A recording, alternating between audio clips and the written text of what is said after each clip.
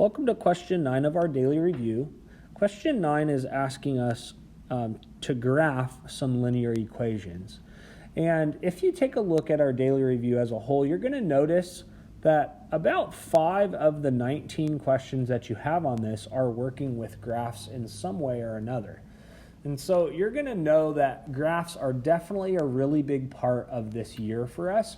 It's going to be really important that you are working to learn the process to graph these linear equations.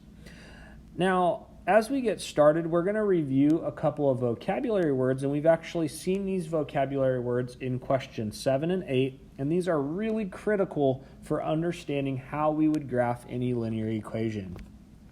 The first word that we want to make sure we recognize is the word slope. And slope, another way to describe that, is the rate of change.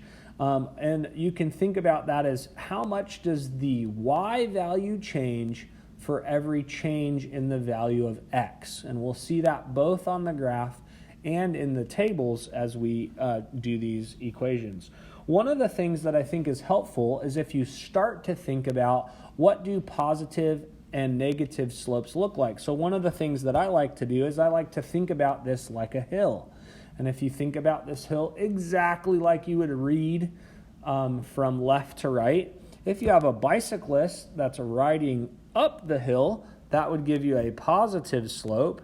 And if you have a bicyclist that's riding down the hill, that would give you a negative slope. And if they're just riding flat, then that would actually be a slope of 0. And so thinking about that even sometimes before you graph your equations can help you identify and make sure that you're not making any common mistakes that might happen as you're working on this.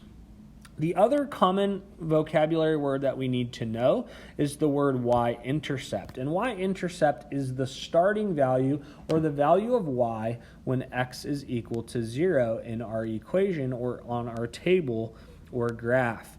And I've written down our equation in what's called slope-intercept form, or y equals mx+b. And it's called slope-intercept form because it includes both our slope and our y-intercept value. In this case, the slope is always going to be with the x. And our y-intercept is always going to be without the x.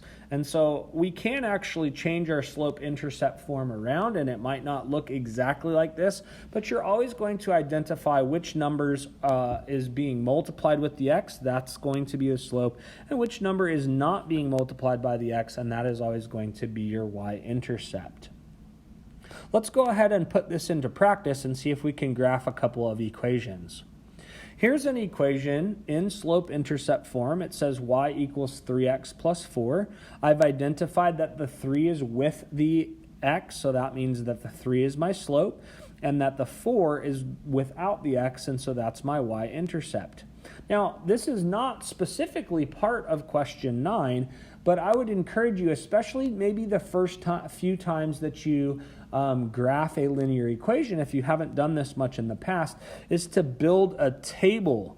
And this is called an XY or an input-output table. And in this case, I've simply filled in the left side or my X side of my table with 0 through 5, counting by ones. And the right side of my table or the Y side of my table, I'm simply solving this equation. So it says y equals 3x plus 4. Well, if I replaced x with a 0, that would give me a value of 4 for the whole equation, because 3 times 0 is 0, plus 4 would give me 4. And you're going to notice that that value right there is actually my y-intercept. And we said that the value of y when x was 0 is our y-intercept, and so there it is right there on our table. And so we're starting to look for those same patterns here. Now, if I replace 1 in my equation, if I replace x with 1, we're going to see what we get. So 3 times 1 is 3, plus 4 is 7. That's my next value. 3 times 2 is 6, plus 4 is 10. That's my next value. 3 times 3 is 9, plus 4 is 13. And so you can see how we filled out this table. And although you don't see slope directly in this table, it is a part of this table. Remember that was how much the y value changed by for every change in x. Well, in this case, I'm going to look and I'm going to notice that every time I changed my x value by 1, I was changing my y value by 3. And so I'm just filling that slope in. So here on the table, you can see the slope and you can see the y-intercept. Now, let's translate this and actually graph this out. The reason that I suggest starting with an XY table is because what you've actually done is you've just created 5 sets of ordered pairs that you can now graph, because our XY table simply creates XY coordinate pairs for us to use on our graph. So my first point, or my y-intercept, is 0, 4, and I can fill that in on my graph. Now I can see where my y-intercept is in my equation, in a table, and in a graph. I can then continue filling in the rest of those coordinate pairs and create a graph. Now, these are linear equations. This should create a straight line. If it does not create a straight line, I'm going to go back and check for mistakes, because these equations for question 9 are all going to be linear equations.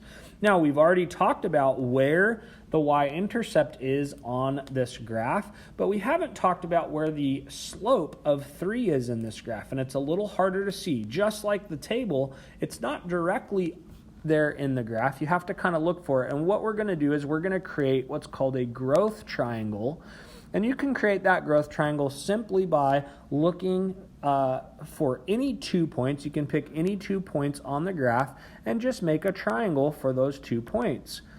So here I'm going to make a triangle, and I'm going to notice that it increased by 3 for every one x value that it went over. So 3 is my slope. We saw that there. And the other thing is we also described, we said you could pick any 2 points. It doesn't have to be 2 points next to each other.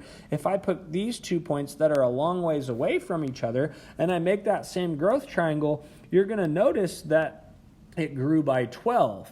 But you're going to also notice that it went over by 4. And so if I say 12 over 4, that's going to be the same thing as 3, or 3 over 1.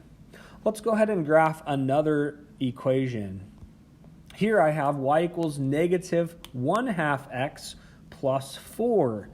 I'm going to identify my slope and my y-intercept, and I've noticed already that my slope is a negative slope. That tells me the direction that my line should be going when I'm all done with this graph.